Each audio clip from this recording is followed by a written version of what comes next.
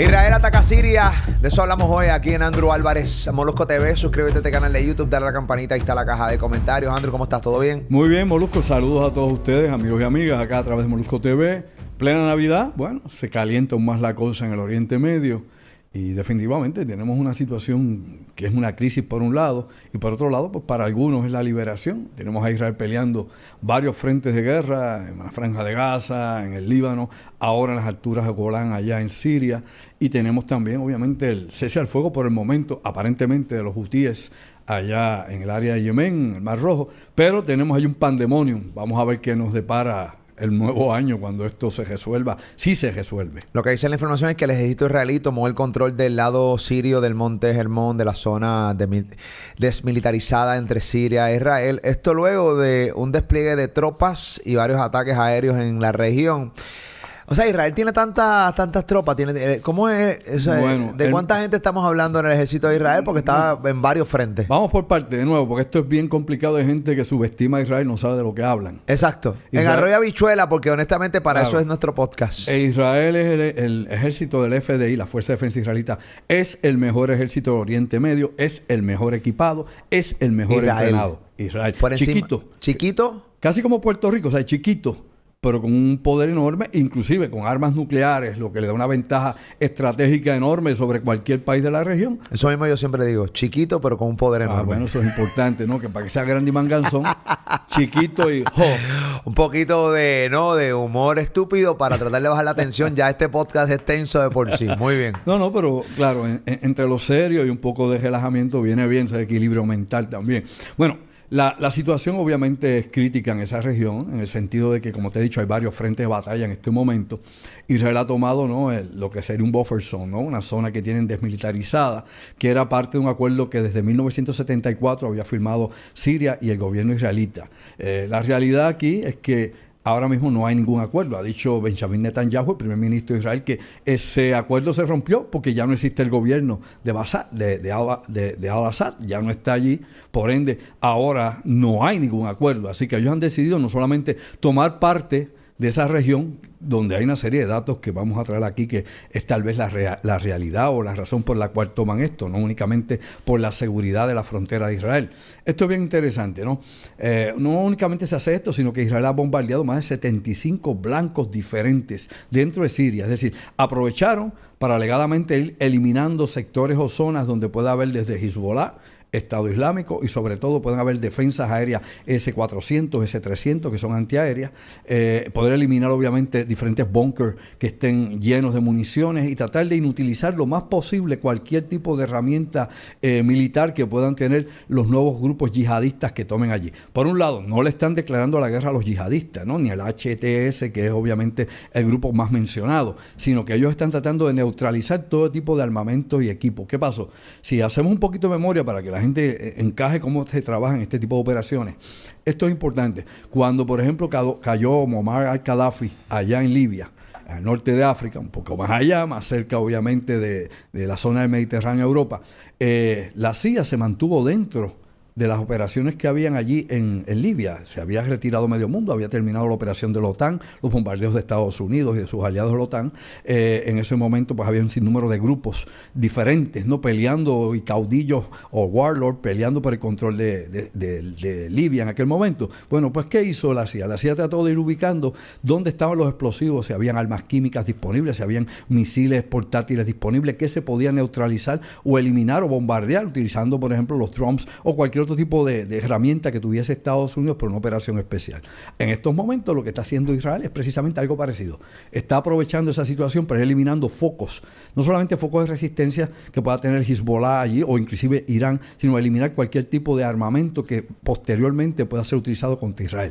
Ahora, esto hay que señalar que también los Estados Unidos han entrado en una operación masiva de bombardeo contra los pequeños reductos que puedan quedar del Estado Islámico, ¿no?, de Daesh, allá en la región de Siria. Siria está fraccionada en estos momentos, o sea, no hay un grupo que pueda reclamar la victoria, son muchos grupos, inclusive los que primero entraron a Damasco, que es la capital de Siria, no fue la gente de HTS, fue precisamente que otros grupos que habían de yihadistas al sur, precisamente de la ciudad. Así que tienes ahora mismo allí un conglomerado de diferentes organizaciones, todos en contra, obviamente, del antiguo y depuesto gobierno de Assad, ¿no? Del presidente Assad, que como todos sabemos huyó a Moscú, está en Rusia, protegido de Putin, y mientras esto sucede, pues nadie sabe exactamente con claridad qué puede ocurrir en el mañana.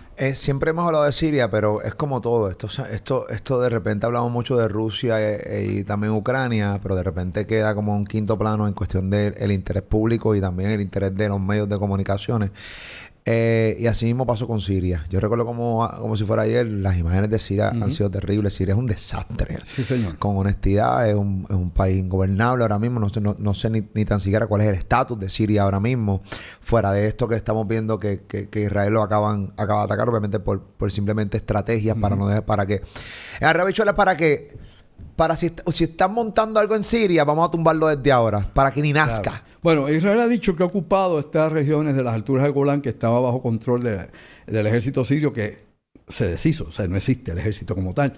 Esto pasa y uno lo ha visto a través de la historia. Una vez cae un gobierno, las tropas se desintegran, es decir, dejan las armas, dejan los uniformes. Esto lo hemos visto en muchos lugares del mundo. Dejan todo eso, se ponen ropa civil y a correr, se ha dicho, ¿no? Como decimos en Puerto Rico, a huir crispín. Y tú encuentras las municiones, encuentras las armas sueltas, todo eso tirado por ahí. Luego la gente se pregunta, bueno, ¿y cómo llegaron esas armas a los nuevos grupos? Bueno, porque el ejército desertó, lo entendió. Ya no hay Estado, ya no hay generales a cargo, ya no hay un presidente a cargo. O sea, no hay un líder que te está diciendo qué hacer, claro, se acabó las estrategias. No hay estructura ni cadena de mando elemental. Pues por ende ellos entregan todo y se van. Y eso lo vimos en Vietnam, una vez cayó Vietnam del Sur. Lo hemos visto en otros conflictos a través de todo el mundo, en África y tantísimos lugares más. En todas las guerras ocurre de la misma manera. Pues ¿qué pasa? Pues mientras tú y yo hablamos de esa situación, definitivamente en Siria se quedó por el momento, por un acuerdo que se hizo antes de que el presidente abandonara Siria, ¿no? Antes que Assad abandonara Siria, de que el primer ministro iba a negociar la transición. El primer ministro sirio sigue allí. Está en la transición de cambio de gobierno y se le pidió obviamente a todas estas fuerzas que venían, obviamente como una manada, ¿no? una horda sobre Damasco, que no destruyeran Damasco, que no había necesidad de eso, que se podía hacer una transición pacífica. Algo que no vimos, por ejemplo, allá con los talibanes y la toma de Kabul, donde se supone que se iba a hacer igual. Que la negociación era, por ejemplo, allá en Afganistán, de que no volaran aquello. Bueno, ¿qué hicieron? Pues bueno, desde los talibanes. Pedazos. Claro, desde los talibanes hasta el Estado Islámico, pues empezó a poner bombas y entre ellos se hicieron pedazos y murieron Marines allí, obviamente, en el aeropuerto, entre otras cosas más. Y decenas de civiles afganos. Bueno, la situación es que estamos en un momento de transición. ¿Con quién se va a negociar? Pues bueno, realmente no se sabe con quién. Pero no se ha definido un gobierno, ¿no? Lo que la gente piensa es que podría haber, ¿no? un junte de muchas de estas organizaciones para decidir si Siria se va a fraccionar, si va a haber diferentes regiones, si los kurdos se van a quedar con la región que ellos controlan, cosa que no creo que pase porque definitivamente, por ejemplo, esta organización que se menciona todo el tiempo, la HTS, pues está, por ejemplo, apoyada por Turquía. Y hay algo curioso, ya que hablamos de Turquía por arriba, para que piense más allá de lo aparente. Hace unas declaraciones allá en TASS, ¿no? TASS, como diría yo, la agencia de noticias que utiliza la Federación Rusa, donde el presidente turco, ¿no? Erdogan, dice que los dos hombres más poderosos del mundo son él y Putin. Nadie más, no habla de Trump ni de casualidad. Obviamente menos de Biden. Así que los hombres más poderosos del mundo son ellos dos. Y el mundo correrá como ellos quieren. Eso está allí, búsquelo y se me orienta. Obviamente es una estrategia porque es mentira. Claro, es parte de la propaganda política cargada obviamente con una inducción militar que es parte, ¿no?, de cómo trabajan.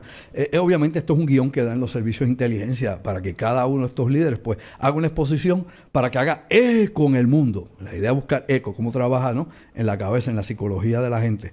No solo la de ellos, sino también la de los opositores sobre todo. ¿Qué significa el colapso del régimen de Assad para Israel? Bueno, para Israel habría que ver qué significa, pero significa lo siguiente, vamos a ponerlo por este lado, adelantar un poco, ¿no?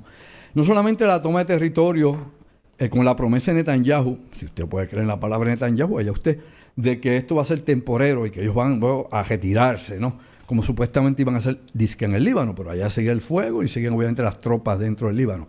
Que ellos se van a retirar posteriormente, ¿verdad? Recuerde usted que las pasadas guerras Israel tomó de esa misma manera, ¿es o no es así? Así Jordania.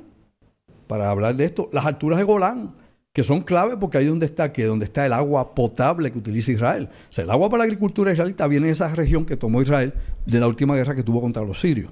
o la última gran guerra árabe-israelita, ahora, o israelí.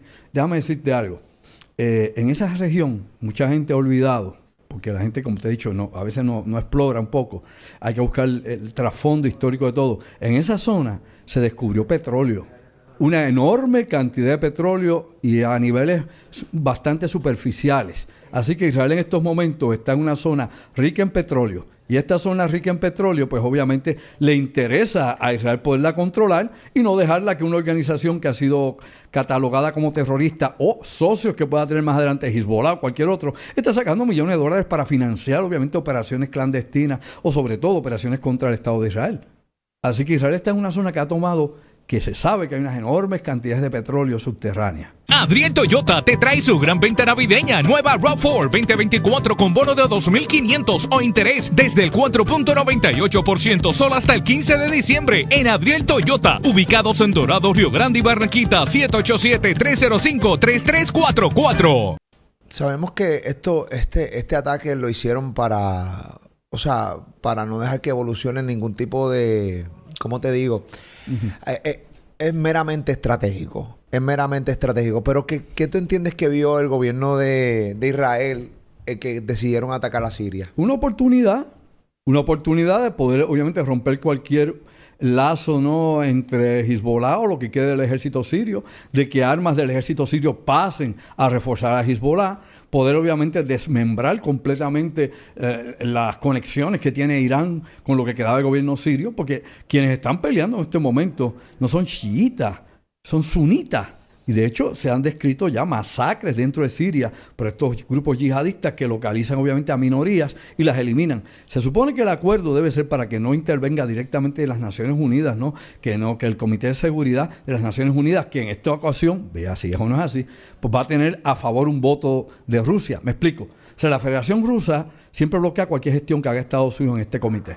Vis a vis, Estados Unidos bloquea cualquier gestión que pida la Federación Rusa o China. En estos momentos, si ese Comité de Seguridad de las Naciones Unidas quisiera intervenir, va a tener a favor el voto de Rusia y el voto de China. Así que va a ser unánime y podrían intervenir. Para evitar esa intervención, se supone que se debe respetar los derechos civiles y los derechos humanos de todas las minorías, que eso van a ir drusos, kurdos, cristianos, diferentes grupos de musulmanes, otros grupos étnicos dentro de Siria que han sido perseguidos, no solamente por el depuesto gobierno de Siria, sino sobre todo por estos grupos yihadistas, que muchos son xenofóbicos, que si tú no estás convertido a la fe que ellos sunita y eres chiita, pues te ejecutan. O sea que obviamente hay una purga donde se está tratando, ¿no?, de eliminar a todo aquel que no esté en la línea de seguimiento de esta nueva organización. Nuevamente, vuelvo a recalcar, no hay un grupo definido, son muchos grupos peleando, pero todos ellos son fundamentalistas. Ahora, dentro de este fundamentalismo, habrá que buscar cuáles de ellos son nacionalistas. Porque, por ejemplo, el partido Baar, que era el partido que estaba a cargo, ¿no?, del gobierno, es un partido de izquierda socialista, que era el mismo tipo de partido que tenía Saddam Hussein, de izquierda nacionalista, de izquierda árabe. Y ese movimiento, que también lo hemos visto en Egipto, pues definitivamente es lo que ha perseguido tanto Rusia como inclusive Estados Unidos, que lo eliminó allá en Irak una vez tomó el poder. Se eliminó a todo lo que había del gobierno. Así que lo peor que tú puedes hacer es eliminar un gobierno y no dejar una transición, porque entonces todo va a ser improvisado y el más fuerte es el que va a predominar, sea un warlord, varios warlords o lo que pueda hacer en ese lugar. ¿Por qué Israel considera que Siria es una amenaza estratégica en la región? Bueno, porque está en su frontera y porque Israel tomó las alturas de Golán, que no le pertenecen propiamente, y esa es, como te he dicho, es la zona obviamente que le suple agua dulce a Israel, y por otro lado, como te he dicho, porque tiene también unas nuevas fuentes que en el 2015 se declararon de petróleo, es decir, tienen posibilidad de explotar petróleo en grandes cantidades en toda esa región, probablemente sea la zona donde más petróleo hay. Y aparte de eso, pues quieren también asegurar que tienen una posición de avanzada, de donde ellos puedan obviamente dominar, porque las alturas de Golán te dan un dominio visual de toda la región de Siria. Acuérdate que eso son zonas planas, zonas desérticas, zonas donde la topografía, luego de esas cadenas de montaña topografía es flat, es plana. Por ende, tienes una gran visión, tienes un mejor ángulo de disparo, sea de misiles, inclusive tus snipers, si fuera a corta distancia, lo que fuera. Así que tienes un control para cualquier entrada por esa región o ese flanco a Israel. O sea, todo esto hay que unirlo, ¿no? El pensamiento de los israelitas, un pensamiento ofensivo, un pensamiento defensivo. Ellos no van a parar hasta que todas las fronteras de Israel estén protegidas. Recuerda que este conflicto ha sido terrible. Ha muerto más de 500,000 de personas en Siria. Como siguen muriendo en Gaza, como siguen muriendo en el Líbano. Más de 500,000 en una guerra de 13 años. Nadie detiene esto. No, claro. Es una estupidez humana. Y el gobierno, obviamente, de los Assad, del papá y del hijo, que fue el que se fue ahora, ha durado más de medio siglo, más de 50 años. Este que ahora han sacado de allí prácticamente casi estuvo 25 años en el poder. El papá estuvo como 29. O sea que entre los dos sumas y tienen 50 y pico de años que estuvieron bajo esas dictaduras al pueblo sirio, y que el padre del que acaba de ponerse o acaba de huir hacia Moscú, hacia Rusia, pues era un tipo que podía llegar a un poblado, mandar a masacrar a todo el mundo, enterrarlo y hacer un parque de fútbol encima. Y eso es parte de la historia de ese tipo de genocidio. A ese nivel. A ese nivel. La gente acá... Masacrar gente, sí, enterrarlas y hacer un parque de fútbol. Parque de fútbol, busquen el dato histórico. O sea, aquí es interesante que te das cuenta de la cantidad de dictadores, ¿no?, que hay en el mundo y las salvajadas que se hacen. Y de acá pues no nos llegan ni de rebote.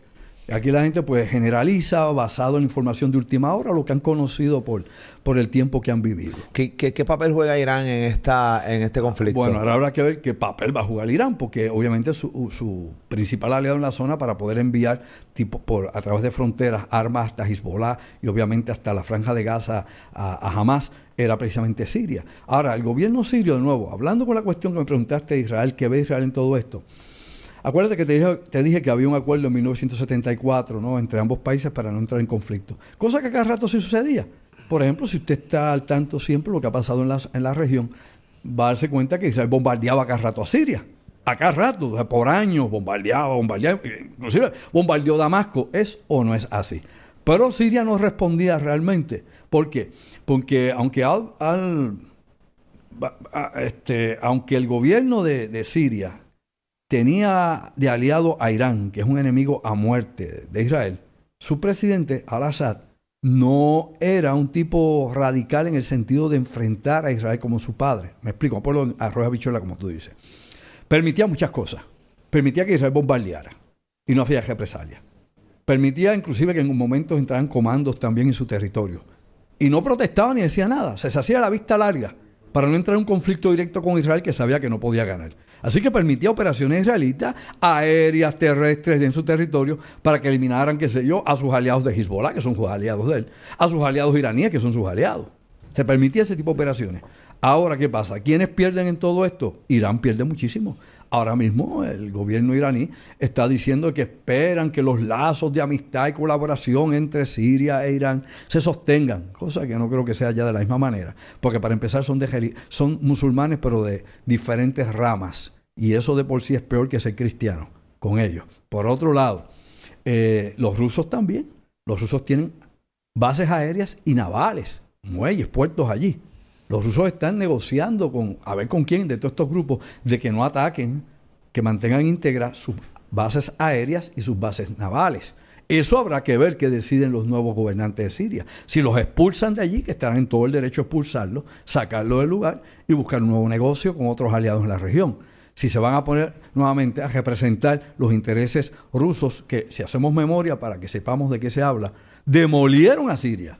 O sea, las fuerzas aéreas, las tropas de tierra rusas y la naval rusa bombardeó a mansalva aldeas y ciudades en Siria, matando familias de toda esta gente que acaba de tomar el poder. Eso no es así. Despierta, durmiente. Pues claro, yo veo muy dudoso de que quieran hacerle ahora el pan de azúcar a Rusia. Por otro lado, tampoco se la quieren hacer a Estados Unidos, porque Estados Unidos los clasifica como terroristas. La Unión Europea también los clasifica terroristas. O sea, que esto es un panorama complicado. Esto no es para cualquier, ¿cómo diría yo? Single mind que quiera ver esto simplemente. Eso es flatline. Esto es, obviamente, complejo. Y los especialistas en la materia, los analistas políticos, geopolíticos o los militares, no tienen un prospecto, no tienen, como diría yo, una progresión de qué realmente va a pasar en Siria en las próximas semanas o meses. Y si esta gente, que todos tienen un amplio récord, óyeme, de terrorismo, son todos los grupos que están allí. Todos han matado hombres, mujeres, niños, han hecho terroristas, han quemado gente viva, han hecho todo eso. Si ahora que toman el poder van a bajar el diapasón y van a respetar los derechos civiles que les están pidiendo las Naciones Unidas, o van a seguir masacrando gente que no piensen igual que ellos o no crean igual que ellos. Israel tiene como que esta libertad de poder atacar a quien le dé la gana sin ningún tipo de consecuencia. Bueno, parece ser que tienen lo que llama antiguamente patente corso. Se mete mano. Porque ellos atacan y no pasa absolutamente nada. Bueno, nadie lo para. ¿Quién lo para? ¿Tiene que ver que son aliados de Estados Unidos? Bueno, en cierta medida sí, porque Estados Unidos tiene sus fuerzas militares allá, dígame si o no es así, navales y aéreas, e inclusive tiene fuerzas expedicionarias de los Marines, obviamente en unidades navales, a intervenir en caso, como hemos dicho, que Irán interviniese o alguna otra fuerza, ¿no?, extranjera contra Israel. La realidad es que ningún país ha dicho esta boca es mía. Nadie se ha metido. O sea, Jordania sigue protegiendo todo el tratado que tiene de no agresión entre Israel y Jordania. Hay que recordar lo siguiente. O sea, este conflicto, como te dije, ha matado más de 500,000 de personas allí en Siria. Más de 12 millones de sirios han sido desplazados. De esos 12 millones, 5 se han ido al exterior. De esos 5 millones, 3 millones y pico viven en Turquía. Del otro tienes como 1,5 millones que viven en Jordania y los otros se esparcieron por el resto de los países de la región. Aparte de los miles que han llegado, obviamente, a Europa. Así que tienes ahí una enorme población desplazada. Y esto trae, ¿no?, efectos colaterales económicos, sociales, entre tantísimas otras cosas. ¿Qué es lo que separa a Israel, a Irán, a Siria? O sea, dentro de sus creencias, que lo lleva a estos ataques. Obviamente muchos de estos grupos utilizan la religión como excusa para poder realmente hacer las barbaridades que hacen. Claro. Lo hemos visto durante toda la historia de la humanidad. Pero en esta época moderna, ¿cuál es la mayor separación que hay entre estos países? ¿Por qué se atacan unos a los otros a unos niveles que tú dices, mano, esto es una estupidez? Bueno, habría que definir, ¿no? cada gobierno, ¿no?, y cada líder. Yo recuerdo que hace muchos años, cuando visitamos esa región, decían que un judío político era un judío religioso. Es decir, un israelí político era un israelí religioso. Lo mismo se dice del musulmán. Un musulmán religioso se convierte en un islamista, que obviamente es un musulmán político. Y un islamista, en su extremo, se convierte en un yihadista. Ok, para no complicarlo mucho, ponérselo simple a todo el mundo, obviamente la religión sirve de justificación. Pero aparte de la religión, que pueda ser tal vez el cover que tenga todo esto, la pantalla, la realidad es que son los grandes intereses económicos y la influencia que se pueda tener en política, ¿no? Esa influencia política que se pueda mover en la zona, ser obviamente la primera nación en la región. Israel como democracia misma, ¿no?, es muy diferente a las demás estructuras políticas que se presentan. Tú tienes allí, por ejemplo, dictadores, como era Al-Assad, ¿no? Tienes, por ejemplo, regímenes que están basados en reyes y príncipes o en jeques del desierto. O sea, tú tienes allí gente que tiene la monarquía que vas a encontrar en Emiratos Árabes, en Arabia Saudita, en Kuwait, en Dubái, en Qatar, donde quiera que vayas. Vas a encontrar en Jordania un rey también. Y cuando tú vienes a ver lo que tienes por toda la región, no tienes obviamente democracias. Vas a Egipto y encuentras pues un tipo que es un ex general, Al-Sisi, que es vitalicio hasta que me muera. Como quiere ser Putin, o como quiere ser inclusive Turquía, ¿no? En Turquía, obviamente, Erdogan quiere estar ahí por siempre y para siempre. Así que tienes un problema, ¿no?, donde te das cuenta que la única democracia viable, y no es que defienda al gobierno sionista de Israel, es dando la explicación, y me dice, si eso no es así, simple, es esa. E inclusive en Israel tienes grandes problemas para poder armar un gobierno donde tienes que buscar alianza. Netanyahu no está muy bien parado, y como he dicho, tiene que estirar el chicle de la guerra para que no le caigan todas esas acusaciones, porque recientemente tuvo ya que empezar nuevamente a responder a las acusaciones de corrupción que hay en su contra, dentro de Israel. O sea, que este es un panorama complicado, dentro, fuera, al lado, más allá. Es una región que está en convulsión. Hay una transformación ahora. Vamos a buscar qué equilibrio de poder va a pasar en la zona, ¿no? Obviamente a nivel militar, por un lado, y a nivel político, ¿qué va a pasar con todo esto? ¿Qué provecho va a sacar el mundo árabe de todo esto? ¿Y qué provecho va a sacar Israel? ¿Qué provecho va a sacar Occidente, es decir, Europa, Estados Unidos? Porque obviamente sacas de la ecuación a los rusos. Los rusos tienen sus bases allí, pero ¿cuánto van a durar allí? Nadie lo sabe. A Irán, por el momento, lo saca afuera, porque su influencia obviamente es sobre que organizaciones que son chiitas, más bien, grupos yihadistas chiitas o grupos obviamente de militantes o milicianos chiitas, que no son estos grupos en Siria, que han sido enemigos de estos grupos en Siria, porque Hezbollah, que es chiita, peleaba contra estos grupos. sea, tienes allí una confusión tan grande que no sabes, ¿no?, si tienes pan con mantequilla o si la tienes con jalea o si tienes allí un arroz con cu o lo que sea. O puede ser una mezcla de las tres, pero la realidad es que es sumamente triste lo que se ve en las imágenes que estamos viendo mientras hablamos aquí en el podcast con Andrew. Oye, una guerra de 13 años, papi. Empezó con la primavera árabe en 2011. Empezó con una... Yo recuerdo el día en que empezó todo esto, fue una manifestación allá en Damasco. Y esa manifestación la acabó el gobierno a tiro limpio. La gente estaba hablando a favor de derechos civiles, democracia. Porque esta primavera árabe fue a favor de derechos humanos en medio mundo. Cosa que no se aplicó en ningún lugar. Dígame dónde me callo. ¡En ningún lugar! O sea, esta llamada primavera árabe no sirvió para absolutamente nada porque ningún gobierno cambió. Ni se le dio más derechos a nadie, lo sabe, ¿verdad? Pero entonces llegó allí cuando empezaron esa gente, más democracia, libertad, más derechos, saquen los presos, vamos a abrir esto al pueblo. Pues la represión del gobierno sirio, de Assad, pues lo que hizo fue masacrar a gente a tiro. Todavía recuerdo los videos, masacrarlos a tiro. ¿Y qué pasó? Se reorganizaron muchos estos grupos que ya habían allí, que estaban en células dormidas, y comenzó la guerra civil, y luego se metieron los turcos, y luego se metieron obviamente otras coaliciones árabes allí a pelear por un lado, y Estados Unidos con sus operaciones, y en el 2015 se metieron los rusos cuando casi tumbaban a Al-Assad, y lo mantuvo con oxígeno hasta este año. Y este año, en diciembre de 2024, se acabó el evento. Mejor resumen imposible acá en Top Secret. Andrew Álvarez, Molusco TV, que próximamente va a estar el 25 de enero en el Rosen Event Center en Orlando.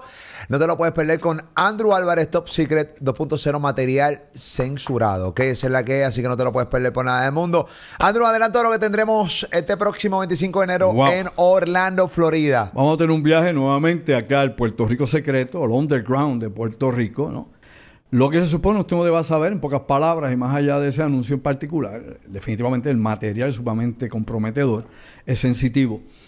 Vamos a ver, ¿no?, operaciones que se hacen encubiertas dentro de la isla, ¿no?, y mucho del material que hemos podido extraer a través de años de investigación de campo sobre este asunto y con la colaboración de personas que han estado dentro del sistema. Así que vamos a poder exponer ese Puerto Rico secreto del que se supone usted no deba saber, y lógicamente esto le da un valor, ¿no?, estratégico y táctico a Puerto Rico para operaciones en el Caribe. Recuerde usted cuando, por ejemplo, Rupert Rhodes, cuando estaba abierto, hombre, los Navy SEALs que salían de allí iban obviamente directamente a operaciones en el Caribe y operaciones en Colombia y otras zonas, ¿no? La Operación Colombia, por ejemplo, para que sepamos de qué se habla.